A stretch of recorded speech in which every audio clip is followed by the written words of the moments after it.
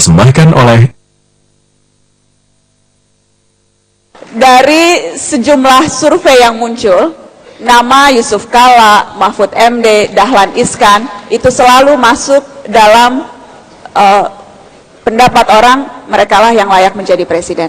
Yang terakhir survei LSI, survei opinion leader, namanya berurutan paling tinggi 3 orang di depan saya ini.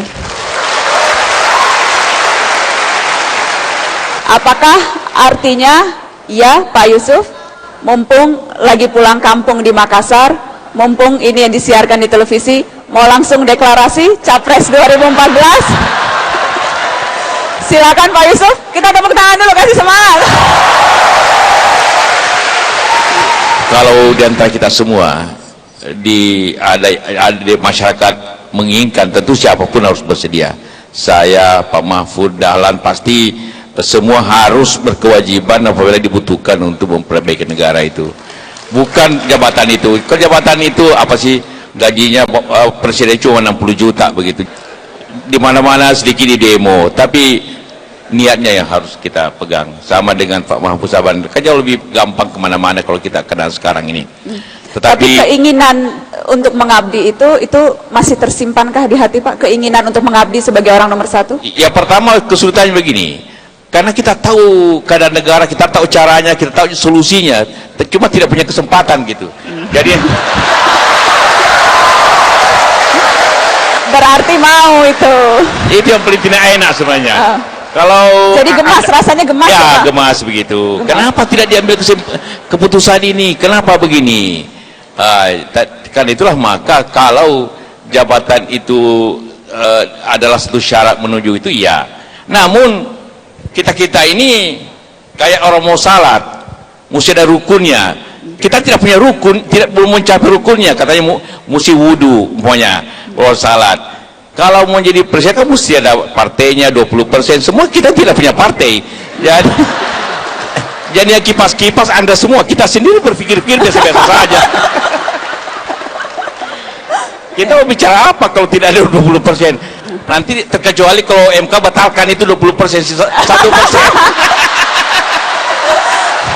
Pak Mahfud, sebetulnya kesempatan untuk membuka jalan bagi orang-orang yang tidak berpartai tapi sesungguhnya memiliki integritas dan kapasitas untuk memimpin negeri ini tuh besar. Tetapi kan Mahkamah Konstitusi dulu memutuskan tidak boleh calon independen untuk presiden. Iya. Kenapa? Apa alasannya? Karena Mahkamah Konstitusi itu boleh membatalkan undang-undang, tetapi tidak boleh menilai keberlakuan undang-undang dasar.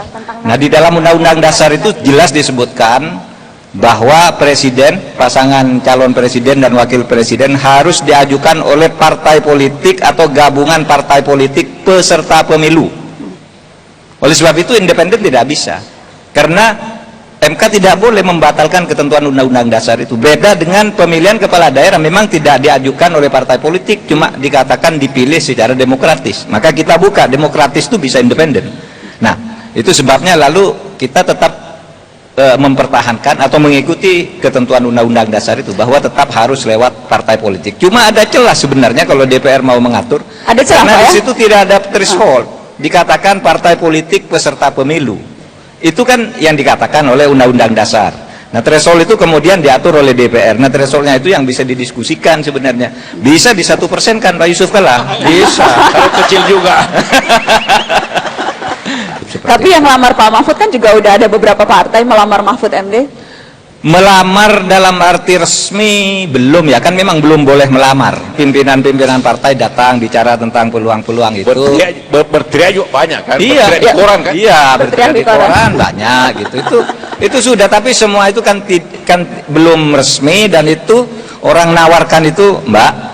Nawarkan itu kepada banyak orang. Misalnya partai ini datang ke saya, Bapak besok ini, besoknya datang ke Pak Yusuf Kalla juga, Mbak Chandra ini juga, sama.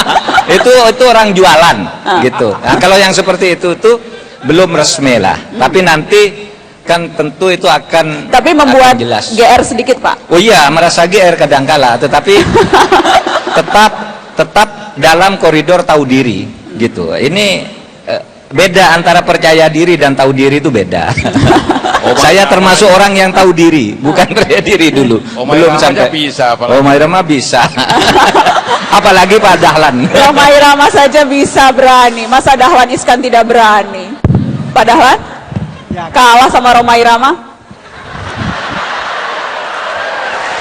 Saya sekali lagi tentu seperti Pak Yusuf Kalla tadi sering gemes bahwa Indonesia ini seharusnya bisa jauh lebih maju.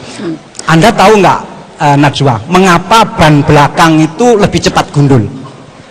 Ban belakang mobil itu kenapa lebih cepat gundul? Karena dia letaknya di belakang, itu dia tiap hari berpikir bagaimana cara mengejar ban depan.